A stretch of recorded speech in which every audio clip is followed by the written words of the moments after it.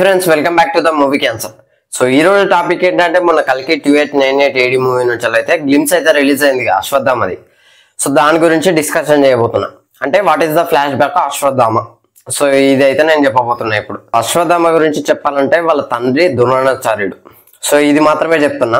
అసలు పాయింట్ అశ్వత్థామకి శాపం ఎట్లా వచ్చింది ఇదంతా ఇప్పుడు డీటెయిల్ గా ఎక్స్ప్లెయిన్ చేయడానికి ట్రై చేస్తాం. Let's get into the video. So మన ఛానల్ కి ఎవరైనా కొత్తగా వస్తే వెంటనే వెళ్ళి సబ్స్క్రైబ్ చేయండి. మహాభారతం యుద్ధం ముగిసిన తర్వాత దుర్యోధనుడు ఏం చేస్తాడంటే తను చనిపోయే ముందు సో భీముడితోటి యుద్ధం చేస్తుంటే నాయ భాగం కింద కొట్టి తనని చంపడానికి దుర్యోధనుడు చనిపోయే మూమెంట్ అన్నమాట. సో ఆ మూమెంట్ లో ఏం చెప్తారంటే అశ్వత్థామకి ఎలాగైనా పాండవుల్ని అంతం చేసేయని చెప్తారు. సో దానికి అశ్వత్థామ ఏం చేస్తారంటే నైట్ వీళ్ళు నిద్రిస్తున్న సమయంలో నేను వెళ్ళి వీళ్ళని చంపేస్తా అని చెప్పేసి అక్కడికి వెళ్తాడు.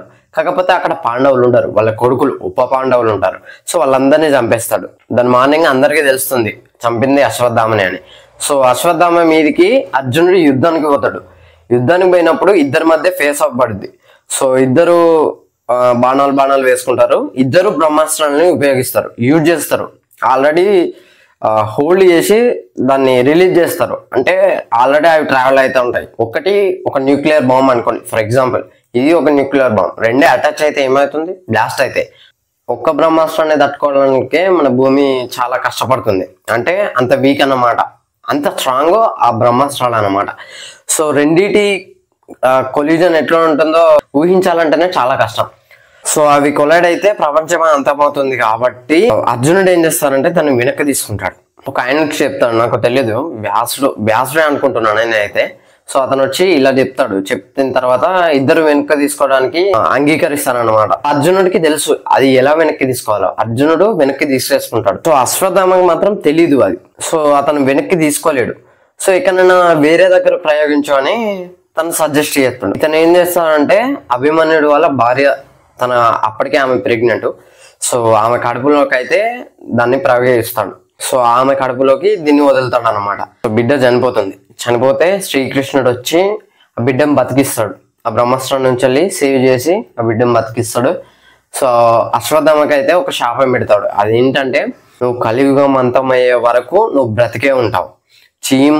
తనకి ఇక్కడ మనీ ఉంటుంది. ఆ మనీ వల్ల ఏంటిదంటే యూజ్ తన ఆకలికి కానీ తన అన్ని జంతువుల నుంచి, క్రూర జంతువుల నుంచి మొత్తం తనకి మరణం లేని వ్యక్తిగా తను జీవించగలడు. ముసలివాడు అయినా కూడా అలానే ఉంటుంది తన బాడీ. అంటే వయసు పెరుగుతున్న కొద్దీ కూడా తన బాడీ మాత్రం ఎలాంటి చేంజ్ ఉండదు. సో ఆ మనీ వల్ల అదన్నమాట యూజ్. సో ఆ మనీని శ్రీకృష్ణుల వారు తీసుకుంటారు. శ్రీకృష్ణుల వారు తీసుకొని ఈ శాపం పెడతాను, కలియుగం అంతమయ్యే వరకు భూమి మీద జీవించుతూ ఉంటావు. నీ నుదుటి యొక్క మణి భాగం నుంచి చీము, నెత్తురు, రక్తం కారుతూనే ఉంటుంది.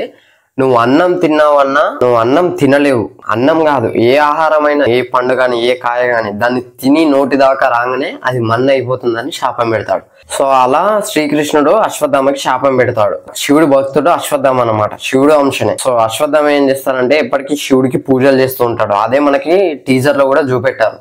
అదే అశ్వత్థామ టీజర్ లో కూడా ఒక శివలింగాన్ని చూపెట్టారు కదా. శివలింగానికి ఎప్పుడు నీళ్లు పోస్తూ ఉంటాడు. నీళ్లు ఎప్పుడైతే ఆరిపోతాయో అప్పుడే కల్కి భగవానుడి యొక్క రాక అన్నమాట.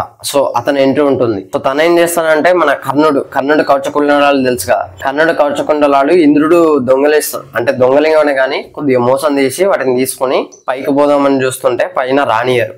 అంటే దాన్ని ఏమంటారు, స్వర్గలోకం. అక్కడికి రానియరు. అక్కడ రానియకపోతే దాన్ని భూమి మీదే దాచిపెడతాడు. సో అయితే మన కల్కి అయితే ధరిస్తాడు అనమాట. ధరించి వీళ్ళిద్దరి మధ్య యుద్ధం ఉంటుంది. అదే మనకు చూపెట్టారు, చెయ్యి ఇట్లా గుద్దుకొని. సో కల్కి భగవాన్ వర్సెస్ అశ్వత్థామ. సో ఎలా ఉంటుందో చూడాలి. సో ఇది ఫ్రెండ్స్ ఓవరాల్ గా అశ్వత్థామ గురించి అయితే నేనైతే అతని గురించి అయితే చెప్పాననే అనుకుంటున్నాను. సో మీకు ఇంకా డీటెయిల్ గా అర్థం కాకపోతే ఇంకా వీడియో చేయమన్నా కూడా చేస్తాను. ఆ టీజర్ గురించి కొన్ని డీటెయిల్స్ కూడా మాట్లాడతాను తర్వాత వీడియోలో, నెక్స్ట్ వీడియోలో డిస్కస్ చేస్తాను. సో ఇది ఫ్రెండ్స్ వీడియో అయితే.